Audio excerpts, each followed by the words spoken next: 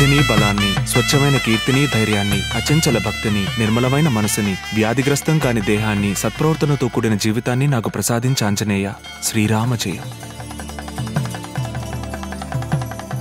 ఏ అబ్బాయిని చూడవే, కంటికింపుగా ఉన్నాడు. దేవుడు ముందు నుంచి సైట్ కొడుతున్నావా? ఎదురుగా ఫ్యామిలీ టైప్ లో కుర్రాడు ఉంటే సైట్ కొట్టకపోతేనే దేవుడు కోపం వస్తుంది.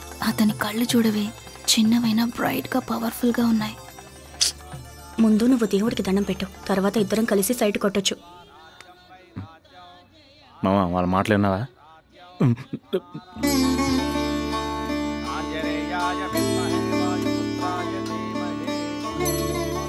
ఏ చాలా అందంగా ఉన్నాడే.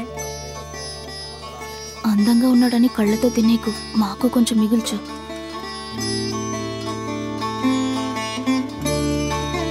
రే మామా, వాళ్ళిద్దరు నిన్ను కళ్ళతో నమిలేసేలా చూస్తున్నారు, చూడకుండా వస్తున్నావు. ఒక్క నిమిషం చూస్తే ఏమైనా అరిగిపోతావా? రే, నా గురించి నీకు తెలీదా? నేనెవరనుకున్నావు? 5 ఏళ్ల వయసు నుంచి ఆంజనేయ భక్తుణ్ణి. వీళ్లే కాదురా, ప్రపంచ సుందరొచ్చినా నా చూపడు పడదు. పద మామా. మామా ఏంటి అలా ఉన్నావు? ఏం లేదురా. రేయ్, నీ గురించి నాకు తెలీదా? ఎప్పుడు శనివారం ఆంజనేయ స్వామిని చూడ్డానికి వచ్చేవాడివి, ఈసారి గురువారం నాడు వచ్చావు. స్వామిని చూసి సంతోషంగా ఉంటావు అనుకుంటే ఇలా దిగాలు పడి కూర్చున్నావేంటి? అంత బాధ ఏమొచ్చిందిరా నీకు?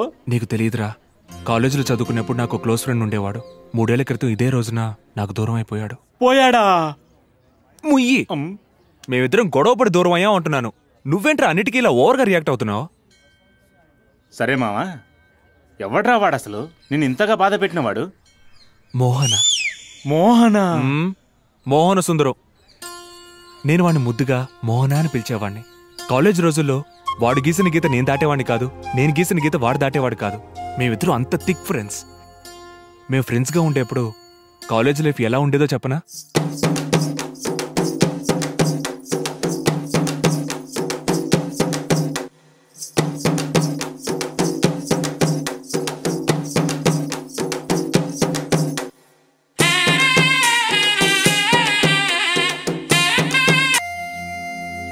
అలా ఆడుతూ పాడుతూ కలుసున్న వాళ్ళం సడన్గా ఇద్దరం విడిపోయాంరా. మళ్ళీ ఎప్పటికి కలుస్తామో?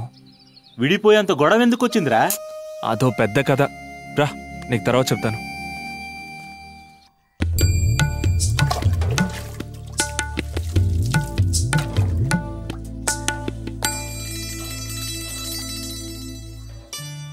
ఎందుకొచ్చింది నీ కూతురు?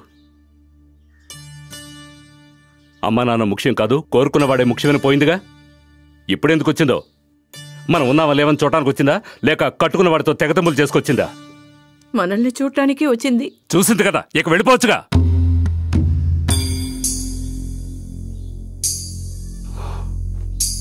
దాన్ని ఎవరు అంటే చాలు నువ్వు వేడి మొహం పెడతావు.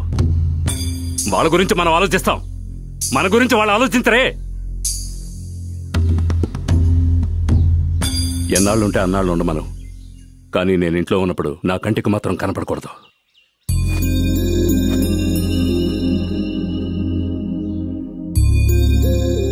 అమ్మా, అన్నం పెట్టమ్మా, షెడ్కి వెళ్ళాలి. సుశీల, పళ్ళెం తీసుకురా.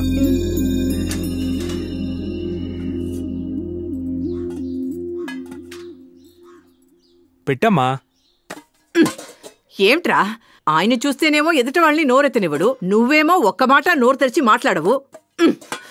ఆడవాళ్ళమే ఏం చేయగలము చెప్పు? ప్రేమించి చెప్పకుండా పెళ్లి చేసుకుందని వదిలేసుకుంటావా? నాన్న మీద కోపం నా మీద చూపిస్తున్నావా? అసలు దాని సమస్య ఏంటో నాకేం తెలుసు? కట్టుకున్నవాడితో అందరు ఆడపిల్లలకొచ్చే చిన్న చిన్న గొడవలే. నాకు మీ నాన్నకి జరగన గొడవలా? కానీ అది పుట్టింటి నుంచి ఆ అమ్మాయికి సంబంధించిన వాళ్ళు మాట్లాడితేనే ఆ పిల్ల గౌరవం. ఆయన మాట్లాడలేదనుకో, ఆయన స్థానంలో వెళ్ళి నువ్వు మాట్లాడాలి. అమ్మో, నాన్న చంపేస్తాడమ్మా. అయితే మీ అక్క ఇక్కడే ఉండాలంటావా? ఏంటమ్మా నువ్వు? తప్పొప్పులు ఎవరో ఏంటో మనకు తెలియకుండా, నాన్నకేమో చెప్పకుండా. నా తప్పేం లేదు. ఎవరు చేసింది వాళ్ళకి న్యాయంగానే ఉంటుంది. 2 వైపులా విచారిస్తేనే నిజమేంటో తెలిసేది. నేను అట్నుంచి మొదలెడతాను.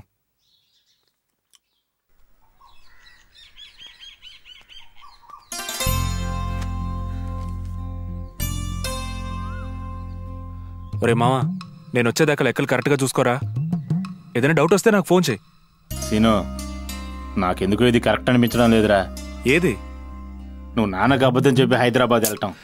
ముందు నువ్వు టెన్షన్ కాకుండా ఉండు. బస్ ఎఫ్సీ కోసం బాడీ కొటేషన్ తీసుకునే పని మీద వైజాగ్ వెళ్తున్నానని, రావడానికి వారం పట్టుద్దని నాన్న క్లియర్గా చెప్పాను. అది నువ్వు మెయింటైన్ చేస్తే చాలు. అదేరా నా బాధంతా. ఆయన కొంచెం గట్టిగా మాట్లాడితే నా ఒళ్ళంతా వణిగిపోద్ది.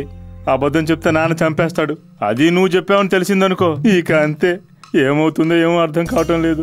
నీతో పాటు నన్ను అబద్ధం ఆడమంటున్నావు. రేయ్, ఒక మంచి కోసం ఆడే అబద్ధం నిజంతో సమానంరా. నువ్వు మేనేజ్ చేయి. ఏ ప్రాబ్లం వచ్చినా నేను చూసుకుంటాను. వస్తానరా.